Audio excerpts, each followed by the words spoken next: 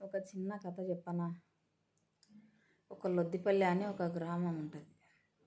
ఆ గ్రామంలో నుండి ఒక కుర్రోడు కర్నూలుకి ఒక 100 రూపాయలు తీసుకొని సంతకు వస్తుంటాడు.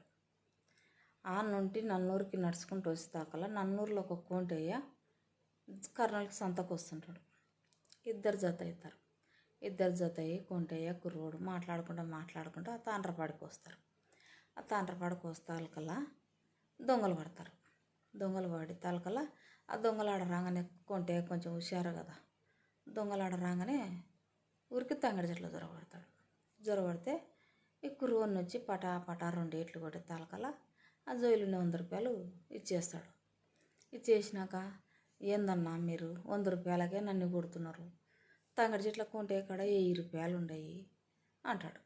నా అంతాకలు మళ్ళీ తంగడి చెట్ల కొంటే కాడికి పోయి వైన 2 ఏట్లు పేరుకి 1000 రూపాయలు గుంజుకొని పోతారు. పోతే ఆ కొంటే వచ్చి, ఒరే ఎంత కుర్రోడా, ఎంత ఎరినా కొడుకోరా నువ్వు, ఏదో పోయేది నీ 100 రూపాయల కాడిపోకుండా నన్ను నా 1000 రూపాయలు పోగొడుతుంది అని చెప్పి తిట్టుకుంటావు. ఆయన తిరిగి రిటర్న్ నన్నూరుకు వచ్చేస్తాడు. వచ్చేస్తే వాళ్ళు కర్నూలుకి వస్తుంటే ఉన్నావు ఆడిపోతున్నారు మీరు అంటాడు ఈ కుర్రోడు. అంటే ఏం రా నీకు మాతోని అంటే, నేను వస్తున్నా మీ అబ్బాటి అంటాడు. రా పోదాం అంటారు. అని కర్నూలుకి వచ్చి ఒక మంచి ఇండ్లు కన్నం పెడతారు. కన్నం పెట్టి ఓడెనికిలో ఇంట్లోకి దూరుతారు. దూరినాక వాళ్ళ వెనకలో కుర్రోడు దూరుతాడు. దూరి వాళ్ళు అంతా డబ్బులు, బంగారు, బియ్యం ప్యాకెట్లు అన్నీ బ్యాళ్ళ సంచులతో దిగి అన్నీ మోస్తారు దొంగలు. వాళ్ళకి అన్నీ ఎత్తుకొని పోతే వీడు ఒక చూసుకుంటుండి, ఏమన్నా ఎత్తుకపోయి నాకు ఆకలి అవుతుంది, బెల్లము బ్యాళ్ళు అన్నీ ఉన్నాయి, అంత పాశమన్నా చేసుకుందామని కుండ పెట్టి పాశం చేసుకుంటుంటాడు. పాశం చేసుకుంటుంటే ఆ రూమ్లోనే పెళ్లి కొడుకు పెళ్లి కూతురు ఉంటారు. పెళ్లి కొడుకు పెళ్లి కూతురు ఉంటే ఆ పాశం కుండ ముందరకు జాంకు చేయేస్తుంది.